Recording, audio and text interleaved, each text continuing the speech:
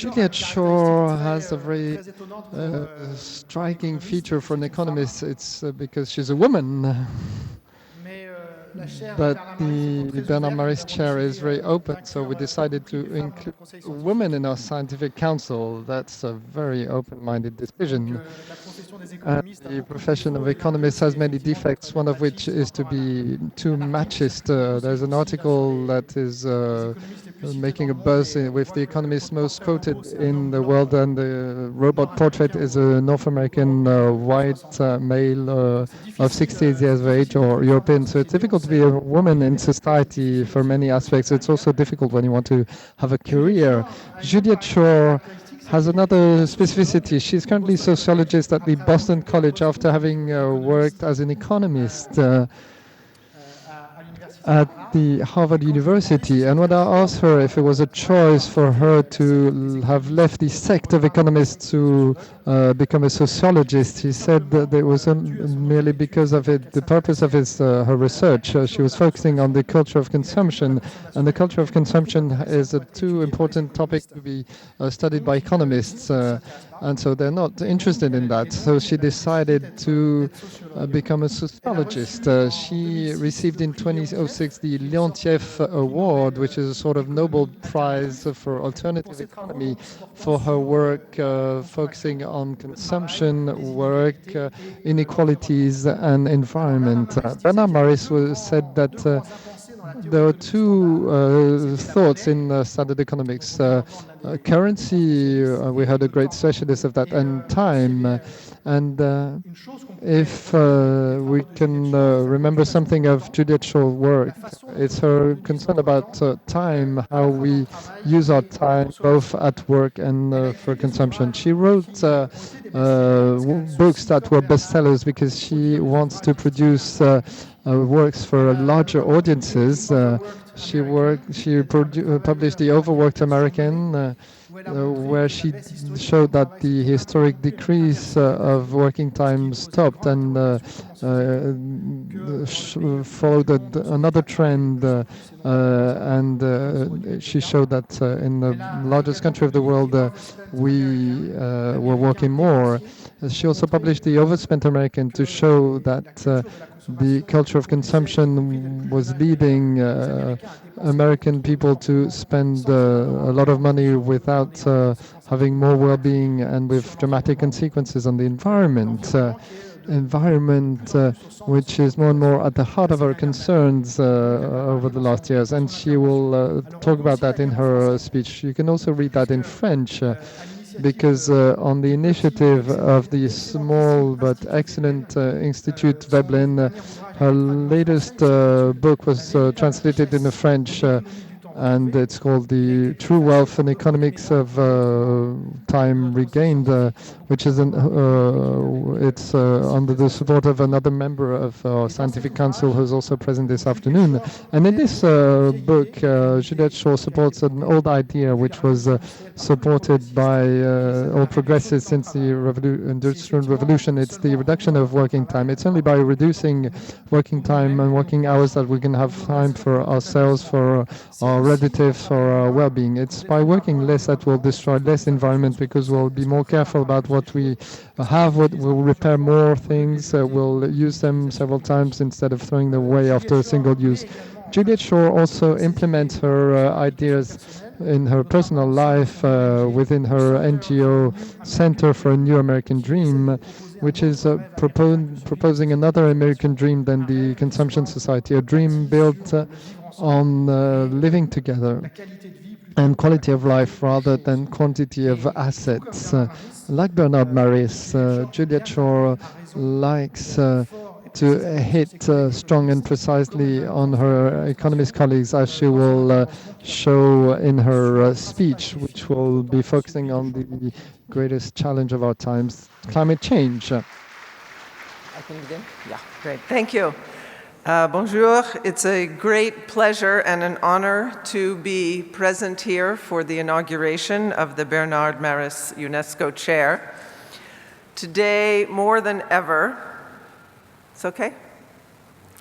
The world needs economists like Bernard Maris, the real world, socially embedded, historically informed, ethical approach that he and other heterodox, or as we used to call ourselves, political economists, and apparently some of us still do, practice is essential if we are to face the challenges of the contemporary era, such as global inequalities and the geopolitical instabilities they engender, domestic inequality, poor economic performance, or the topic that I would like to address today, ecology, and in particular, climate change.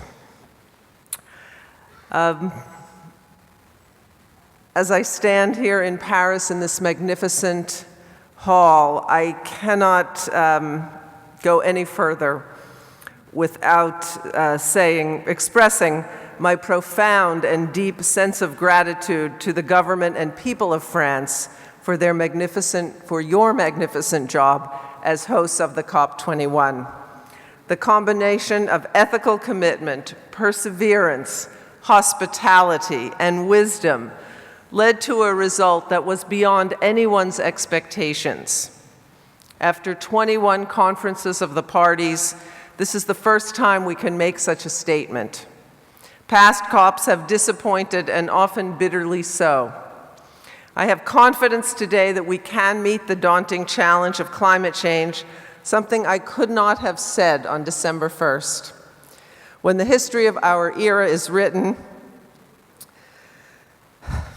this meeting will be seen as a decisive turning point, and French leadership will be seen to have been the decisive factor. Now, what role has economics played in the debate about climate? How has mainstream economics differed from heterodox? What kind of economics do we need to move forward to fulfill the promise of the Paris meeting? Sadly, over the decades between 1992, the original Rio conference at which climate change was originally addressed by the UN, and the Kyoto Protocol, and the Paris Agreement, conventional economics has failed to advance the debate and the negotiations. In fact, I would argue that in many ways, the field of economics has been an obstacle, an important obstacle, to a helpful understanding of climate change and ecological degradation more generally. At a theoretical level, its treatment of ecological issues is deeply flawed. Two main reasons lie in its basic approach to the natural world, which it, quote, externalizes, and its failure to incorporate issues of distribution. Furthermore, in practice, the environment has been sidelined, and politics has played too large a role in how the profession treats these issues. By contrast, branches of heterodox economics have put these two issues, distribution and a sustainable relationship to nature, at their center. For this reason, I am hopeful that the establishment of this chair and the kind of thinking and practice it will bring can have a strong and positive impact on economic approaches to climate change. Now, to see why I say this, I want to go back and talk about some history. The story of economics and climate change begins before this issue, climate change, was even a widely known phenomenon. It begins at the end of the 1960s, when concerns about population growth and resource scarcity reached the general population. In 1968, an American conservation biologist at Stanford named Paul Ehrlich, along with his wife, Anne Ehrlich, published a book called The Population Bomb, which brought the issue of population to a general audience, selling more than 2 million copies. And at that time, of course, global population growth was very rapid, unlike today. That same year, the Club of Rome was founded. Suddenly, there was global concern about ecological overshoot, driven largely by the population. The Club of Rome commissioned one of the pioneers of modern computing, the J. Forrester, and his team of engineers, notably not economists, but engineers, at the Massachusetts Institute of Technology, MIT, to develop a model of the world economy which took into account the impacts of population growth and economic activity on planetary ecosystems. We didn't call them that in those days, but that's what they were. They published a worldwide best-selling book called Limits to Growth, which has now sold more than 12 million copies. In this book, they predicted that if we continued on what we now term the business-as-usual path, that is just the path that we are on with current conditions, there would be severe economic and ecological repercussions, even collapse, in the opening decades of the 21st century.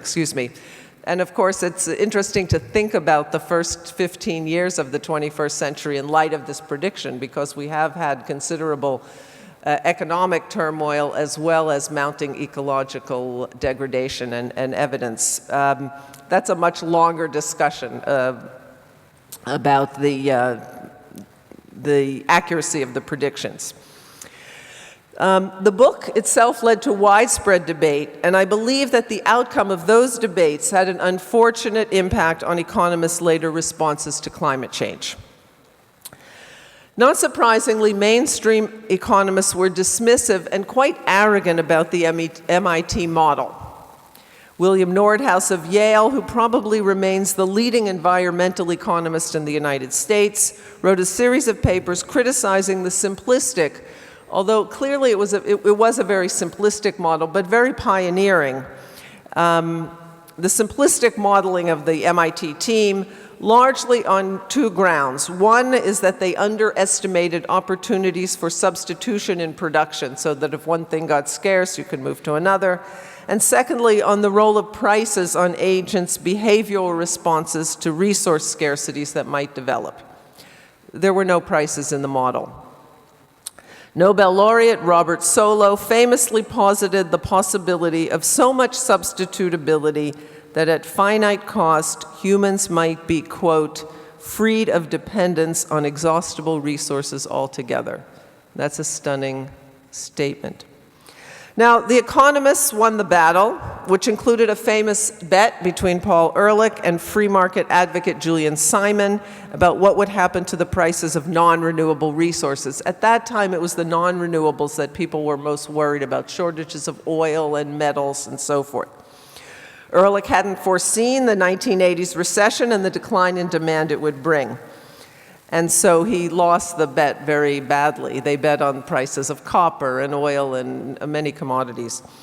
However, while economists won the battle, they have lost the war. Climate science has unequivocally found that we are on a dangerous path of anthropogenic global warming. Signs of ecological overshoot are intensifying around the globe. We are in the midst of a sixth mass extinction. What happened in the 1970s set back the process of reforming economics by decades. Economists became much more willing to believe that market processes were adequate to address environmental issues, that prices reflect true scarcity value, and that resources such as air, water, and land are in ample supply. Despite mounting evidence to the contrary, orthodox economists became more convinced of the virtues of their approach, which is to treat environmental issues as special cases of market failure rather than as a fundamental dimension of economic life. And this is really important and goes to the heart of one of the biggest differences between conventional and heterodox. Now, technically, environmental impacts are treated as, quote, what is called externalities, that is, effects which are external to the market. That's pretty standard. Economists have been doing that for more than a century. But in practice, I believe this approach also resulted in a literal externalization of the environment or the ecology from the core of economics. That is, economists just didn't think much about the environment. Those who did tended not to be in economics departments proper. What this meant is that young people were not trained in environmental issues, and it became a very low-status subfield far away from the core of the discipline. This was actually much less true in the 1970s when environmental issues were taken up by high-status economists, including people like Nordhaus and Solow. I mean, Nordhaus at that time created an alternative index of well-being, which was motivated in large part by ecological degradation. This is the sense in which I say that the environment itself was externalized. In an investigation of the top 10 economics departments in the United States, which I did originally for my book that came out in 2010, and I did again on this occasion. So there's been a little bit of change since 2010, but even today, 2016, what I found, taking the top 10 economics departments in the United States, half of them don't even have one faculty member who lists environmental economics as a specialty. And you know, some of these people will list numerous specialties. This is striking, given that these are large departments. Some of them are 50 people or more. Now, and interestingly, the Harvard department, which as Gilles said, I taught in for many years, does have 2 people who list environmental economics, but they are in the 70s and 80s in terms of their age. So nobody under about 75, possibly more than that. Now, on the topic of climate change specifically, it took until 2006 and the publication of the Stern report by now Lord Nicholas Stern of the British Treasury to shift the balance of opinion among economists in the English-speaking world on a very basic question about climate change, the simple question of whether we should take action today to mitigate climate change. Because before 2006, it seems, and we don't have precise numbers on this, but other people much more at the center of the profession also take the view that the consensus before 2006 was that we should do nothing. Before that time, the majority believed that it would be less costly to simply wait and mitigate and reduce emissions at some time in the future, for the reason that people will be richer in the future, and therefore the pain of emission reduction will be less. And that's a very strong line of argument within the whole climate debate, which is all about the size of that discount rate and how much we should wait until the future when people will be richer. Of course, that's assuming that we are on a path of never-ending growth and increase in income, which climate change, of course, puts that assumption calls that very much into question. Now, that view is no longer dominant, but economists are still, very much on the conservative end in terms of how much we should mitigate and address climate change. It is still the case that climate change and ecological impacts more generally remain a marginal part of economics, education, and research. And I don't like to make a criticism here of a French economist, but please understand I don't do this in a critical way. I would say that Thomas Piketty's Capital in the 21st Century is a good example of this. It's a marvelous, extremely important contribution. And as I say, I mention it not to denigrate it. It's really phenomenal. However, Piketty devotes a mere 1.5 pages to the topic of climate change. Much of what he said was already long outdated when the book came out. And I think more importantly, what he does say about climate change is largely unrelated to the remainder of the book. The topic is quite externalized in his treatment as well. And I found that somewhat curious because he talks a lot about events which can destroy capital value, like the world wars of the 20th century. And of course, climate change is now the whole issue of the carbon bubble and the unburnable carbon means that we have looming before us a massive devaluation of assets, which is one of the big themes of his book. Climate change is the most significant economic challenge in human history, and it has profound implications for ecosystem functioning. Where has conventional economics gone wrong in its treatment of climate change? And if economics were to treat climate change more seriously, what should it do?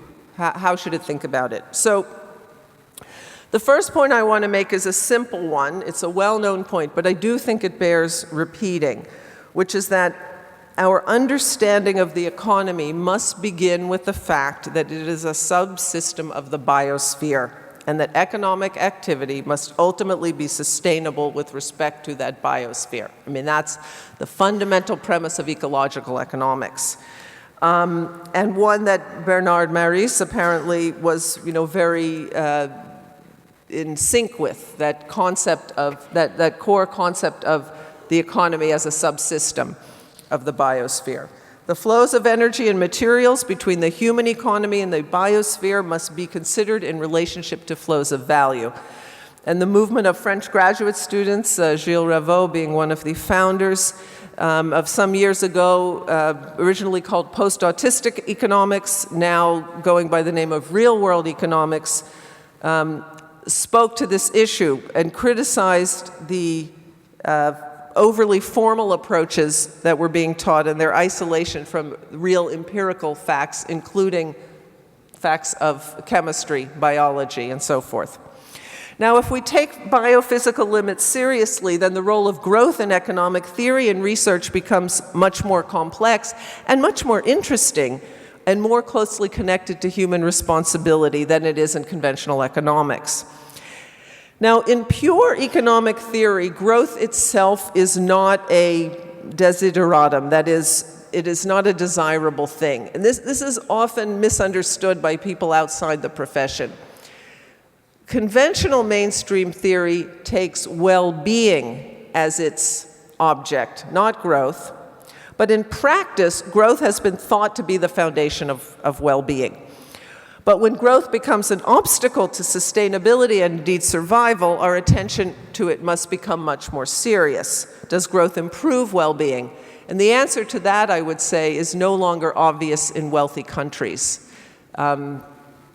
Complicated, of course, the degrowth and decroissance movement has been very popular here, and you all, I am sure, are quite familiar with these questions. Now, economists have finally begun to study this question seriously, largely in collaboration with psychologists.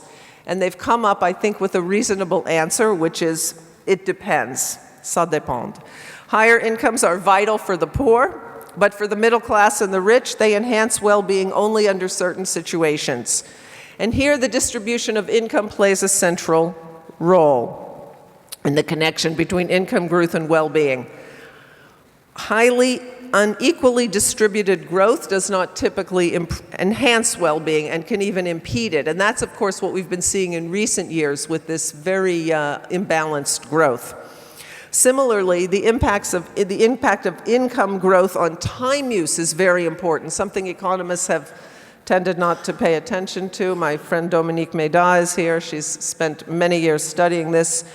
And finally, when increases in income come at the expense of ecological functioning, they surely do not enhance well-being. They undermine the possibility of survival. And survival is something that economists have failed to take seriously enough. Now, in standard economics, climate change is not an analytically interesting question. It's understood as the largest market failure in history by many economists, but to solve it, one merely internalizes the externality. It's seen as a classic case of an open access commons, leading to an inevitable tragic outcome. I think heterodox approaches yield more interesting thinking. Now, one innovation in recent years has been to reintroduce the material world and energy in particular. Classical economics put the material world at the center of their theories. And of course, the physiocrats, the original classical economists from France are well known for this. But the English classical political economists did the same thing. With the rise of neoclassical economics, the field embraced a kind of idealism, and you certainly see that in the solo quote that I gave, the idea that we can have economies without resources. In recent years, there's been considerable work on material flows, but it's taking place outside of conventional economics. There's a body of research on the central role of fossil fuels on the growth of productivity and output since the 19th century. This research tends to be disconnected from economic phenomena. It's rather atheoretical, but it is crucial to begin to integrate the influence of energy and material flows into the core of economics and to think about how they work differently than value flows. The abstraction that characterizes standard theory and teaching has been part of the myopia of the discipline with respect to sustainability. Now, my second point is about distribution. As is well known, the shift from classical to neoclassical economics externalized not only the natural world, but also issues of distribution, which were at the core of classical political economy. In the neoclassical world, issues such as Pareto efficiency, the idea that let's just go for the efficient outcome and we can worry about distribution afterwards, which is absolutely fundamental to almost all conventional thinking. That's really the standard practice. But the failure to put distribution at the core of economic thinking, where in my view it should be, has led to problems, various type of shortcomings with respect to thinking about climate. And in fact, this approach was a big part of why climate legislation failed in the United States Congress in 2009 and 2010, because they didn't they thought that the distributional approaches of the law were irrelevant, and the fact that you have then a backlash against carbon pricing was a big part of why it failed. But consider the basic outlines of climate change in terms of global inequality. Humans share a biosphere, and it is now possible for people in one part of the world to inflict profound, even mortal ecological harm on people elsewhere. That's at the core of the climate dilemma. And it would not have taken us decades to get to the agreement of the Paris COP21 if the emitters and the victims had not been aligned with a historic global north-south imbalance of resources, power, income, and wealth. The fact that high emitters are disproportionately in rich countries and zero or low emitters, and almost half the world are virtually zero emitters because they don't have access to any carbon-based energy. That those low and zero emitters are in poor countries is a key social fact of climate change. However, the most influential climate model in the economics profession, Nordhaus's model, originally called the DICE and now the RICE, but anyway, same model, has not only ignored that fact, it has relied on kind of really perverse north-south assumptions to make its case for inaction. For example, in the early versions of the model, it considered higher temperatures a good thing because in North America, people, this is for real. In North America, people spend more money in the summer on leisure activities than they do in the winter. Therefore, populations must believe that higher temperatures are good. I spend a lot of time in South Asia, and the idea that higher temperatures would be beneficial to the population there is truly astounding. But this was one of the assumptions of the most influential climate model in the world. And perhaps even more perversely, although very much along the same kind of logic, in some versions it has put higher values on the income of wealthy people than on the income of the poor in low-income countries. Just again, another very perverse, something they call a technical dimension of the model, but it drives a lot of the results. Emissions equality is also extreme, measured on a per capita basis. The top 10% of emitters worldwide are responsible for about 45% of emissions. The bottom 50% contribute only about 10%, and that's through deforestation. And I think this is really important. You can't come up with either an understanding of what's going on in the politics, the economics, or the sociology of climate change without starting with that basic disproportionate distribution. Beyond north-south inequality, however, there's another way that the distribution of inequality and power pervades the social structure of climate change, which is the power of vested economic interests. Fossil fuel producers, particularly transnational companies, wield enormous political power. In the US, they've been able to put enough climate deniers in Congress to prevent all legislative efforts to cap or price carbon. In my view, that's the tragedy of the commons that we should be focusing on. Now, domestic inequality also matters. It's not coincidental that many of the countries which are most active on climate mitigation are among the globe's most domestically equal, and those which are laggards, like my own, are highly unequal. In new research I have been conducting with my colleague Andrew Jorgensen, we have found that carbon emissions are correlated with domestic inequality. Our research looks both at emissions across states in the United States and also at cross-national emissions. We find that among wealthy nations, higher levels of domestic inequality are correlated with higher emissions, and vice versa. And these findings have been complemented by recent work by Thomas Piketty and his colleague Lucas Chancel. This brings me to another way in which conventional economics has taken a wrong turn in its treatment of climate. Here I return to the question of growth. As is well known, GDP growth and emissions have been tightly linked, only beginning to diverge recently. In my work, I have argued that the history of the last 70 years, especially in the US, has been one of excess growth and thereby excess emissions. What do I mean by this? After the Second World War, the field made a fateful decision to model consumers as independent agents with what we call non-interdependent preferences, meaning what I like to consume has no effect on what you like to consume. This feature is at the core of Homo economicus, that rational actor that Bernard so disliked.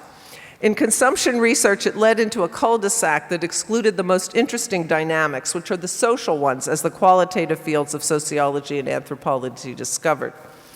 In consumption, allowing individuals to act in social ways means incorporating concepts such as relative income and positional treadmills. People do consume to norms and attempt to keep up with with others. Their well-being depends on this. When this happens, we also get market failure at the core of the economy. Everyone trying to keep up means that no one improves their position or their well-being. It's a classic prisoner's dilemma. And it's not a rare feature. This point is that it's a central and pervasive feature of all economies that have inequality. Everyone works harder, and that has a negative impact. At the macroeconomic level, this means there's too much consumption and too much work effort. Hours are too long. And by implication, there's excess or excessive growth in GDP and therefore in emissions. Instead of the focus on how to maximize growth, perhaps economists should have been worrying about whether there has been too much growth in wealthy countries in the last 70 years. And in new research that I've done, I've shown that countries with higher hours of work, on average, have higher levels of carbon emissions among the OECD group. Now, my remarks today have been rather pessimistic, but this is largely because they have been directed to the past. I am much more hopeful about the future. Heterodox approaches grow more sophisticated every year, and mainstream economists are finally starting to pay a bit more attention to climate and ecology. It may be that a decade from now, this topic will be incorporated into the core of the field. Certainly, young people who are being trained today care much more about climate change than earlier generations did. They are also less ideological and more open-minded, in my view. I am here because I believe that the Bernard Maris Chair can be an important part of opening up the field of economics. It is important that we make economics once again relevant to the most pressing problems facing humanity, and I have faith that we can. Thank you.